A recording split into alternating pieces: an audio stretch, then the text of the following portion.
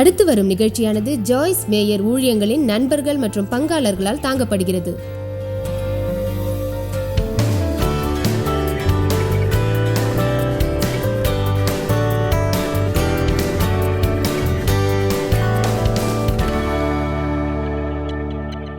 இன்று நான் உங்களுக்கு பயத்தை எதிர்கொண்டு அதிலிருந்து விடுபடுவதை போதிக்கப் போகிறேன்.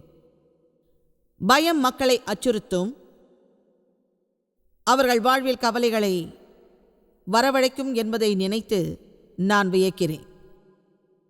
சாத்தான் மக்களை முன்னேற விடாமல் தடுப்பதற்காகவே பயம் என்னும் கெட்ட ஆவியை எப்போதும் பயன்படுத்துகிறான். பயத்தை உணராமல் இருப்பது பற்றிய நற்செய்தியை இப்போது உங்களுக்கு நான் சொல்லப்போவதில்லை. ஆனால் அதை எதிர்கொண்டு அது உங்களை கட்டுப்படுத்தாதது பற்றி சொல்லப் போகிறேன். அதை அதிகமாக எதிர்கொண்டால் பிசாசு உங்களை பற்றி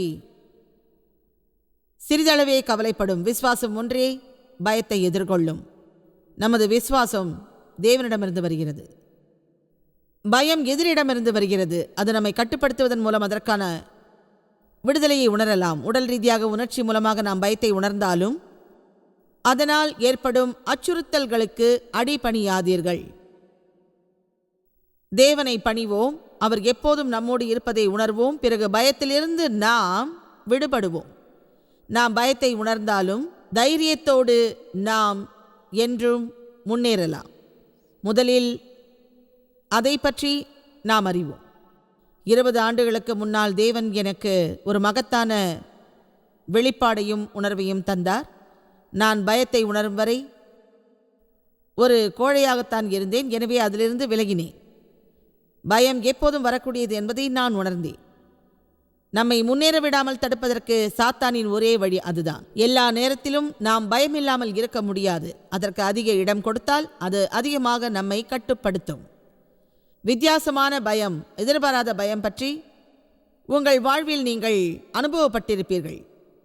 பிறரிடம் நீங்கள் சொல்ல முடியாதபடி உங்களுக்கு பலவிதமான பய உணர்ச்சிகள் அவ்வப்போது வந்திருக்கலாம். பொதுவாக மக்களுக்கு ஏற்படும் பய உணர்வுகளை நாம் கணக்கிட்டால் அதை பற்றி பக்கம் பக்கமாக நாம் எழுதலாம்.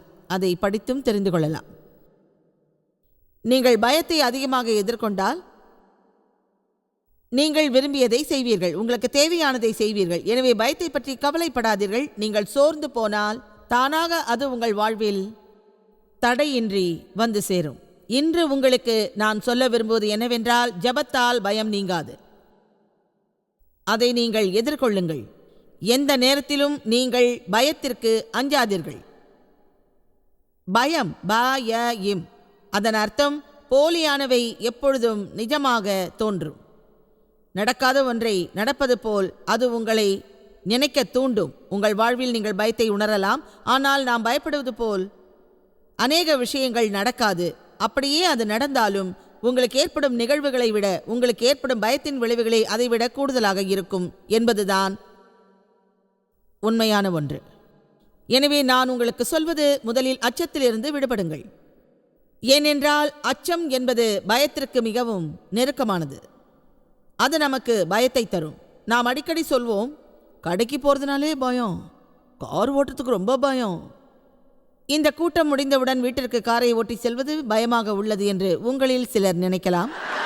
அப்படி நினைப்பதன் மூலம் உங்கள் மகிழ்ச்சியை பறிக்க நீங்களே பிசாசுக்கு இடம் கொடுக்கிறீர்கள். ஏனென்றால் வீட்டிற்கு போகும் வழியில் என்ன ஆகுமோ என்ற எண்ணம் உங்கள் எண்ணத்தில் ஏற்கனவே வந்துவிட்டது. நீங்கள் போகும் வழியில் அப்படி நிகழ தேவன் இங்கே உங்களை அழைக்கவில்லை. நீங்கள் வீடு திரும்பும்போது ஒரு புதிய மாறுதலோடு செல்வதற்காகத்தான் அவர் இங்கே உங்களை அழைத்துள்ளார். நீங்கள் இங்கே வரும்போது ஏற்பட்ட அச்சத்தை எல்லாம் தவிர்த்துவிட்டு தைரியத்தோடு கூடுதலான விசுவாசத்தோடு வீடு திரும்பவே அவர் விரும்புகிறார். இன்று பலவிதமான பயத்தை பற்றி உங்களுக்கு நான் போதிக்க விரும்புகிறேன். அதற்கான கூடுதலான நேரத்தை எடுக்க இப்போது நான் நினைக்கின்றேன். சிலவற்றை நீங்கள் அறிந்திருப்பீர்கள். அது உங்களுக்கு நினைவுபடுத்தும். அவற்றில் சில உங்களுக்கு முக்கியமாக இருக்கும். நீங்கள் எதிர்பாராத வகையில் அது உங்களுக்கு பயத்தை ஏற்படுத்தும். எனவே நான் முதலில் உங்களுக்கு சொல்ல விரும்புவது, பிரச்சனை பற்றிய பயம், வழக்கு மற்றும் வேதனை. எனவே முதலில் சொல்ல விரும்புவது, அதை பற்றி நீங்கள் கவலைப்பட வேண்டாம், அது உங்களுக்கு நிகழாது என்று சத்தியம் செய்கிறேன். என் தோழி ஒருத்தி என்னிடம் சொன்னாள், தன் 40வது வயதில் அவள் கர்ப்பவதியாக இருந்தபோது பிரசவத்தை பற்றி தான் மிகவும் அச்சப்படுவதாக சொன்னாள். அது உன்னை பாதிக்காது, தேவையற்று நீ அச்சப்படுகிறாய் என்று கூறிவிட்டு அதை நான் தீர்ப்பேன் என்று கூறினேன். உன்னால் அது முடியும், அதை பற்றி நீ கவலைப்படாதே என்று நான் சொன்னேன். அதை செய்த லட்சக்கணக்கான மக்கள் வாழ்ந்து கொண்டிருக்கிறார்கள். எனவே நமக்கு நிகழப்போவதை குறித்து நாம் பயப்பட தேவையில்லை. அது நமக்கு வலியை தரும் என்பதில் எவ்விதமான சந்தேகமும் இல்லை. உங்கள் உடலில் ஏற்படும் வலியை நீங்கள் தான் உணர்வீர்கள். 1.5 வருடங்களுக்கு முன் என் முதுகு பகுதியில் வலி ஏற்பட்டதை கடுமையானது என்று மருத்துவர் சொன்னார். அந்த வலியினால் நான் மிகவும் பாதிக்கப்பட்டேன். நான் நாற்காலியில் அமரத் தொடங்கியவுடன் அதை பின்பற்றினேன். எனக்கு வயதாகிவிட்டதால் என் விருப்பப்படி நான் செய்வேன். நான் விரும்பினால் அமர்ந்து கொள்வேன். எப்போதெல்லாம் எனக்கு வலி ஏற்படுகிறதோ அப்போதெல்லாம் நான் அமர்ந்து கொள்வேன். வயதானால் தைரியம் வரும், அதை அறிவீர்களா? இனிமேல் பிறரை கவரும் அவசியம் நமக்கில்லை. தற்போது நீங்கள் விரும்பியதை செய்யும் நிலைமையில் உள்ளீர்கள், அதை அறிவீர்களா? சுதந்திரமான வாழ்க்கை தெரியுமா? ஒருவர் சொன்னார், எதை பற்றியும் நீ கவலைப்படாதே, உன் கழுத்து வலித்தால் அதை பற்றி கவலைப்படு. எனவே நமக்குள்ள வலி பற்றி கவலைப்பட்டால் அது மிகவும் கூடுதலான வலியாகத்தான் ஆகும். அந்த வலியானது நம் வாழ்வின் எல்லா பகுதியிலும் இருக்கும். நீங்கள் பிரசவிக்கும் போதும், மூச்சு விடும் போதும், ஓய்வெடுக்கும் போதும், மூச்சு விடும் போதும், ஓய்வெடுக்கும் போதும் பிறர் புத்திமதி சொல்வார்கள். எனவே இன்று உங்களோடு பகிர வரும்போது என்னவென்றால், எதை பற்றியாவது நீங்கள் பயந்தால் உங்கள் நிலைமை மிகவும் மோசமாகும். அது உங்களுக்கு நிகழும் என்பதை முன்பே உணர்ந்தால் அதை பற்றிய பயம் உங்களுக்கு இருக்காது. அப்போது நீங்கள் சொல்ல வேண்டியது, தேவனே, அதற்கான நேரம் வரும்போது எனக்கு கிருபை தாரும். அதன் மூலம் கிறிஸ்து தந்த பயத்தினால் என்னால் எதையும் செய்ய முடியும். வாழ்க்கை கடினமானது, அதை நாம் அறிவோம். ஆனால் தேவன் பரிசுத்த ஆவியின் மூலம் இயற்கையை மிஞ்சக்கூடிய ஒரு வல்லமையை நமக்கு தந்துள்ளார். அதன் மூலம் நம் இருதயத்தில் மகிழ்ச்சியோடும் முகத்தில் புன்னகையோடும் எதையும் எதிர்கொள்வோம். கடினத்தை எதிர்கொள்ள நாம் அபிஷேகிக்கப்பட்டிருக்கிறோம். ஆமென். இதை கேட்கிறீர்களா? கடினத்தை எதிர்கொள்ள நாம் அபிஷேகிக்கப்பட்டிருக்கிறோம். எல்லாமே நமக்கு சுலபமாக நிகழாது. நமக்கு உறுதி உள்ளது, நாம் பரிசுத்த ஆவியால் நிரப்பப்பட்டவர்கள். நம் வாழ்வில் மகத்தானதை செய்ய தேவன் வல்லமையை வழங்கியுள்ளார். இன்று காலையில் நமது நாட்டை பற்றி தேவனிடம் பேசினார். அதன் வரலாறு பற்றி பேசினார். அதற்காக தேவன் செய்த அநேக விஷயங்களை பற்றி வரலாற்று ரீதியாக பல உதாரணங்களை என்னிடம் அவர் சொன்னார். நம் நாட்டின் தொடக்க காலத்தில் இயற்கையை மீறி தேவன் செய்த காரியங்களை அதன் மூலமாக நாம் அறியலாம். ஏனென்றால் மக்கள் தேவனின் வார்த்தையை நம்பி இருந்தார்கள்.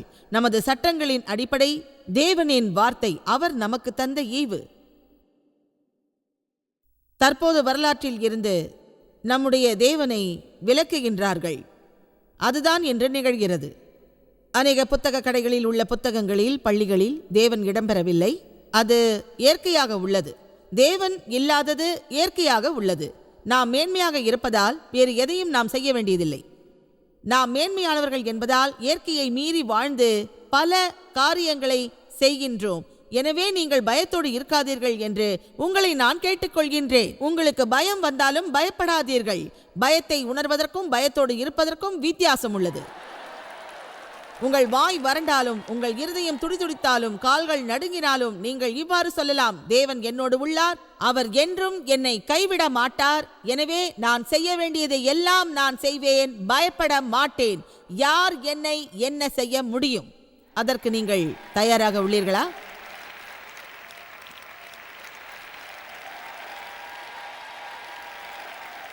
நன்றி. எனவே பிரச்சனையை கண்டு அஞ்சாதீர்கள். பிரச்சனை வரும் என்றும் அஞ்சாதீர்கள். அது வரும். அது என்னை அச்சுறுத்தவில்லை என்று சொல்லுங்கள். அதுதான் உண்மை. உங்களிடம் நான் போய் சொல்ல விரும்பவில்லை. நீங்கள் விசுவாசத்தை கடைபிடித்தால் பிசாசை பின்னுக்கு தள்ளலாம். அதனால் உங்கள் வாழ்வில் பிரச்சனை எதுவும் வராது என்று உங்களிடம் நான் சொன்னால் அது மிக முட்டாள்தனமானது, அது அற்பமானது. அப்படி நான் போதித்தால் மக்கள் ஏற்க மாட்டார்கள். நீங்கள் காப்பாற்றப்பட்டீர்கள், இயேசு உங்கள் வாழ்வில் எல்லாவற்றையும் வழங்குவார் என்று கூறலாம். அது நிகழ நீங்கள் எதிர்பார்ப்பதை விட கூடுதலான நேரம் ஆனாலும் ஆகலாம். அவரோடு சேர்ந்து கடினமானதை நீங்கள் அறிய விரும்புவார். எனவே எல்லாமே மகிழ்ச்சியை தரும் என்று நினைக்காதீர்கள். மார்க் 4:35. இயேசு படகில் ஏறிய பின்பு தன் சீஷர்களிடம் அக்கறைக்கு போவோம் வாருங்கள் என்றார். எனவே அக்கறைக்கு போவோம் என்று இயேசு அவர்களிடம் சொன்னதால் அவர்கள் அக்கறைக்கு போவது உறுதி செய்யப்பட்டது. அது எளிமையானது. அடுத்து பிறகு நடந்ததை நாம் பார்ப்போம். அவர்கள் மக்களை அனுப்பிவிட்டு அவர் படகில் இருந்தபடியே அவரை கொண்டு போனார்கள். வேறு படகுகளும் அவரோடே கூட இருந்தது. அப்பொழுது பலத்த சுழல் காற்று அடித்து படகு நிரம்பத்தக்கதாக அலைகள் அதன் மேல் மோதிற்று. அதனால் படகு நிலை கொள்ளாமல் தடுமாறியது. இயேசு சொன்னார், நாம் அக்கறைக்கு போவோம். அடுத்து ஒரு புயல் உருவாயிற்று. கப்பலின் பின்பகுதியில் அவர் உறங்கிக் கொண்டிருந்தார். அவர் உறங்கினார். இயேசு அப்படி உறங்கிக் கொண்டிருந்ததை நீங்கள் உணர்ந்துள்ளீர்களா? அவர்கள் அவரை எழுப்பி, போதகரே, நாங்கள் மடிந்து போகிறது, உமக்கு கவலை இல்லையா என்றார்கள். அவர் எழுந்த காற்றை அதட்டி கடலை பார்த்து, இறையாதே, அமைதியாக இரு என்றார். அப்பொழுது காற்று நின்று போய் மிகுந்த அமைதி உண்டாயிற்று. அந்த வசனத்தின் மூலமாக உங்களுக்கு ஒரு சிறிய விளக்கத்தை நான் இப்பொழுது சொல்கின்றேன். அந்த விளக்கம் என்னவென்றால், இயேசு அவர்கள் கலக்கம் அடைந்திருந்தால் புயலை அடக்கியிருக்க முடியாது. உங்களிடம் சமாதானம் இல்லாமல் அது பற்றி பேச முடியாது. அநேக நேரங்களில் நாம் கலக்கமடையக்கூடிய சூழ்நிலைகள் உருவாகும். அப்போது நாம் கலங்குவோம். அப்படி நாம் கலங்குவதன் மூலமாக அந்த சூழ்நிலை மேலும் மோசமாக இருக்கும். நாம் பிரச்சனைகளை ஒன்று சேர்த்தால் அது மோசமாகும். ஆனால் நாம் சமாதானத்தோடு இருந்தால் உங்களை பிசாசால் ஒன்றும் செய்ய முடியாது.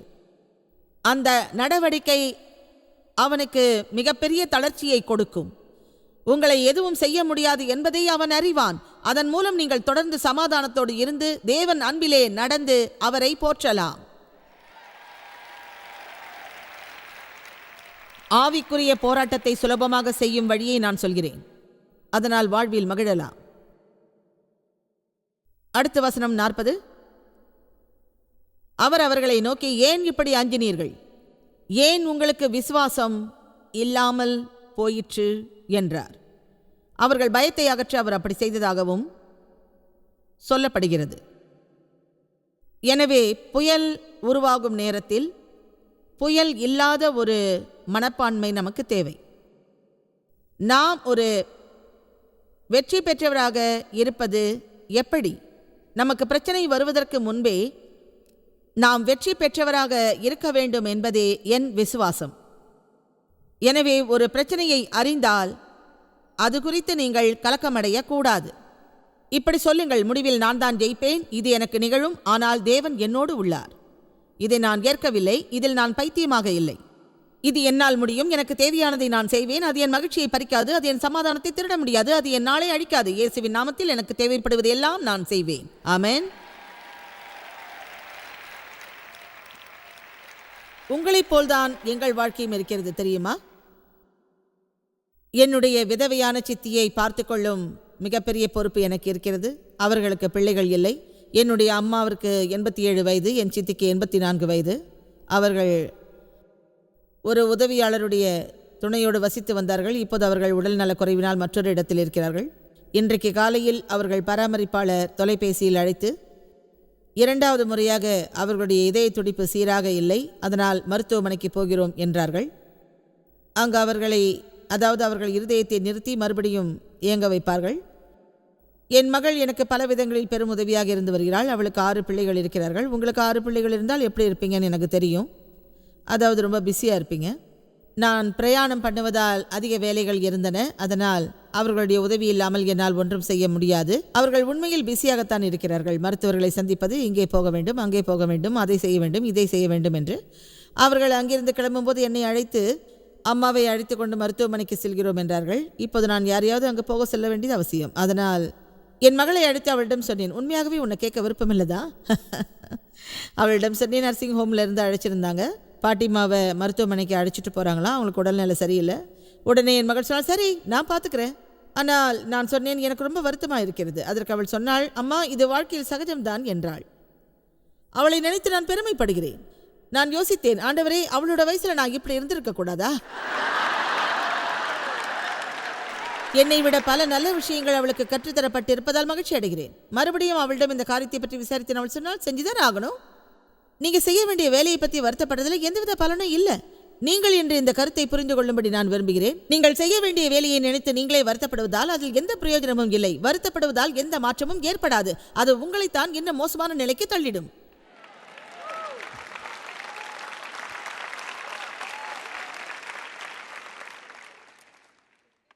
என் குறிப்பு புத்தகத்திலே நான் எழுதியுள்ள ஒரு விளக்கத்தை உங்களுக்கு இப்போது நான் சொல்கிறேன்.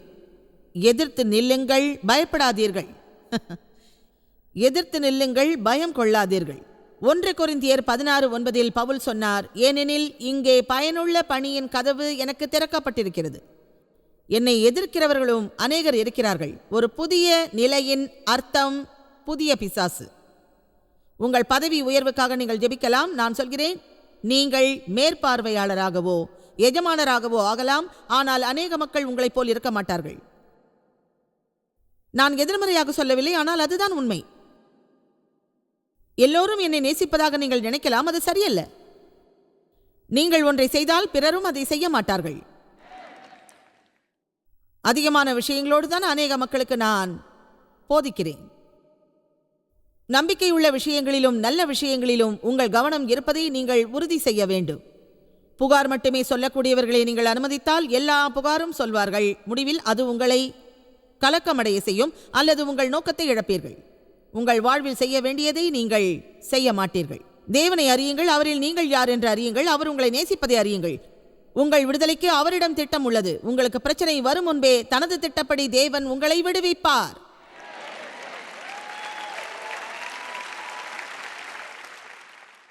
உங்களை விடுவிக்கும் திட்டம் அவரிடம் உள்ளது. எனவே வேதம் சொல்வதை நாம் அறிய வேண்டும். இந்த போராட்டத்தில் நான் போராட மாட்டேன். இது என் போராட்டம் அல்ல, இது தேவனுடையது. நான் சமாதானத்தோடும் மகிழ்ச்சியோடும் இருப்பேன். அவர் செய்ய சொல்வதை நான் செய்வேன். நான் அமைதியாக இருப்பேன். என் எதிரிகளை அவர் என் காலடியில் போடும் வரை நான் காத்திருப்பேன்.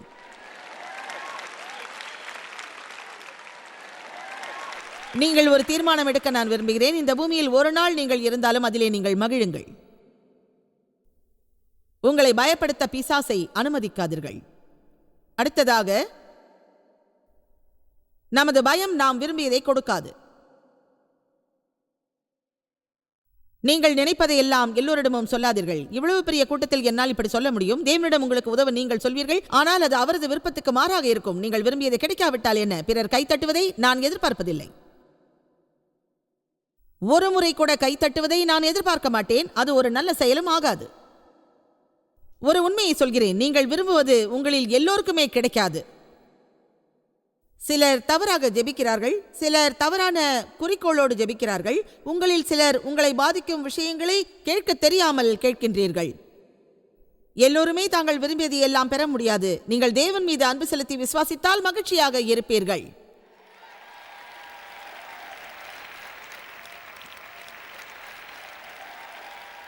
நாம் அநேக விஷயங்களை விரும்புவோம். அது நம்மை அச்சுறுத்தும். அதன் அறிகுறி அது நமக்கு வாய்க்காது என்பதாகும். ஓ ஓ நான் திருமணம் செய்யலைன்னா என்ன ஆகும்? நீங்க திருமணம் செஞ்சுக்கலன்னு நினைப்பேன். அதற்கு வேறு வழி உள்ளது, அதை அறியுங்கள். ஒன்று தெரியுமா, நீங்க விரும்பினதை செய்யறதுக்கு யாரோட அனுமதியும் தேவையில்லை.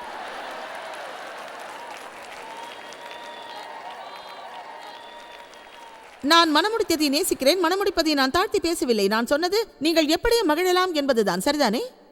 ஓ,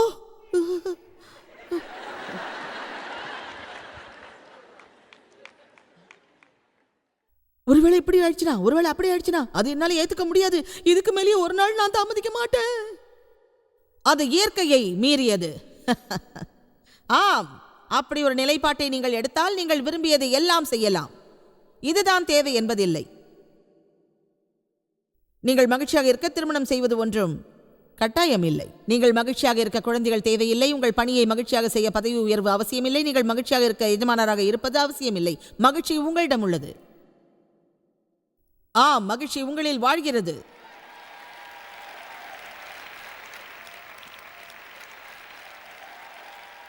நாம் விரும்பியது கிடைக்காது என்ற பயம். முதலில் இயேசு ஜெபித்தபடி ஜெபிப்பதை அறியுங்கள்.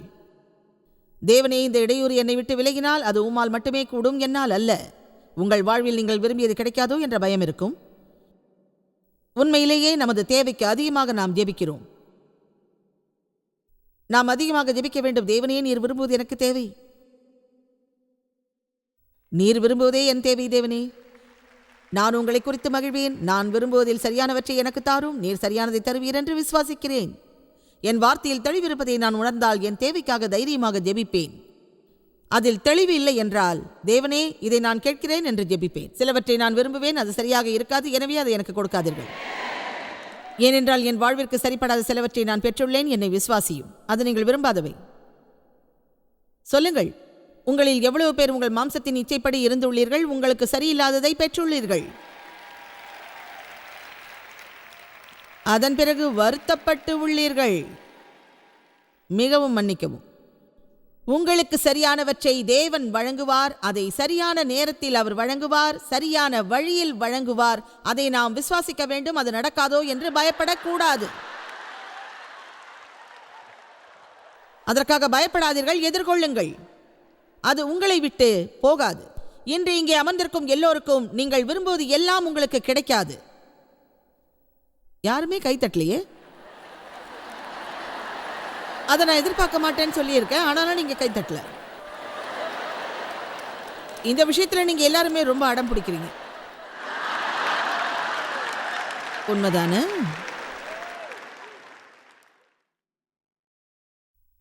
இது வேடிக்கையா இல்லையா? இது வேடிக்கைதான். அந்த மாம்சத்துக்கு அது தேவை, அவசியம். அப்படி இருக்கட்டும். நாம் விரும்புவதை எல்லாம் தேவன் தரமாட்டார், ஆனால் நமக்கு நன்மை தரக்கூடியதை எப்போதும் அவர் வழங்குவார் என்பதுதான் உண்மை.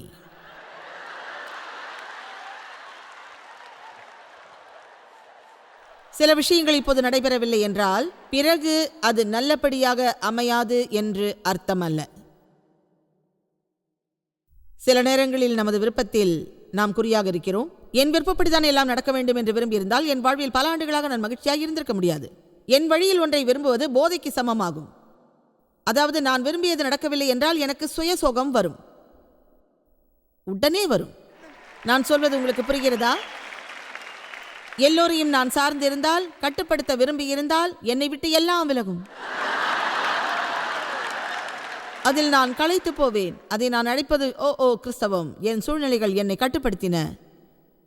அவை என்னை முழுவதுமாக கட்டுப்படுத்தின. நான் விரும்பியது கிடைத்தால் நான் மகிழ்வேன், இல்லையேல் வருந்துவேன். அதில் நான் களைத்து விட்டேன். நீங்களும் அதில் களைத்திருந்தால் அதை நீங்கள் மாற்றிக்கொண்டு இப்படி சொல்லுங்கள், இனி அப்படி நான் வாழ மாட்டேன். என் சூழ்நிலைகளுக்கு தேவனை பொறுப்பாக்குவேன். என்னை விட அவரை நான் விசுவாசிக்கிறேன். என் வழிகள் உங்கள் வழியை விட உயர்ந்தவை, என் சிந்தனைகள் உங்கள் சிந்தனையை விட மேலானவை. தேவன் உங்கள் வாழ்வில் இருக்கட்டும்.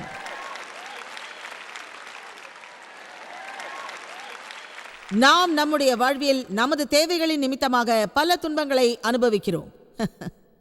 எனவே தேவன் நாம் விரும்புவதற்கும் மேலாக நமக்கு வழங்குவார் என்று விசுவாசித்தால் நம் சமாதானமும் மகிழ்ச்சியும் பல மடங்கு கூடுதலாகும்.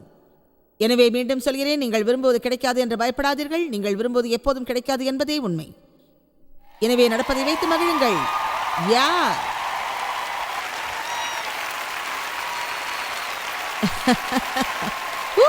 புரிந்து கொண்டீர்கள்? சரி, இப்போது நமது டிவி நேயர்களுக்காக ஒரு விஷயத்தை சொல்கிறேன்.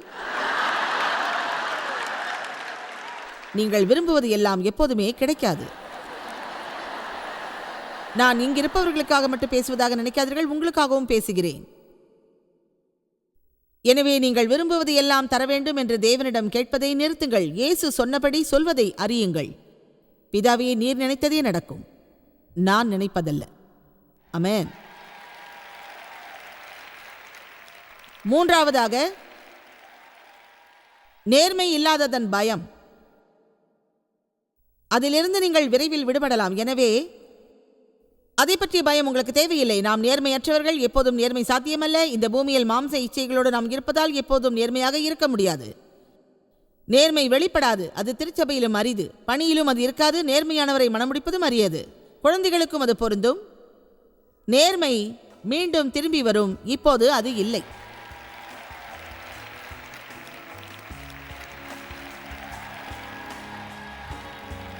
எனவே நேர்மையாக இல்லாவிட்டாலும் நாம் வசதியாக இருக்கலாம். பயம் உங்கள் வாழ்வை ஆட்சி செய்யக்கூடாது. அதை நாம் எதிர்கொள்ளலாம், அதில் வெற்றியும் பெறலாம். கிறிஸ்துவிலே நம் சுதந்திரத்தை அறிந்து தேவன் விரும்பியபடி நாம் வாழலாம். அது பற்றிய பயம் இருந்தாலும் அதை நீங்கள் வெல்லலாம். இந்த ஊழியத்தை உலகமெங்கும் சாத்தியமாக்கும் நண்பர்களுக்கும் பங்காளர்களுக்கும் எங்களது நன்றியையும் பாராட்டுகளையும் தெரிவிக்கிறோம். ஒன்றாய் இணைந்து நாம் பசி உழவுகளை போஷித்து உடைகளை கொடுத்து தேசங்களுக்கு சுவிசேஷத்தை சொல்லி வருகிறோம். எங்களை தொடர்பு கொண்டு www.jmmindia.org உங்கள் ஜெபத் தேவைகள் மற்றும் எங்களின் வெளியீடுகள் பற்றி அறிந்து ஜாய்ஸ் அவர்கள் நிகழ்ச்சிகளை அறிந்து எங்களோடு இணைந்து தேவ அன்பை உலகிற்கு பரவச் செய்யுங்கள். அடுத்து வரும் நிகழ்ச்சியானது ஜாய்ஸ் மேயர் ஊழியங்களின் நண்பர்கள் மற்றும் பங்காளர்களால் தாங்கப்படுகிறது.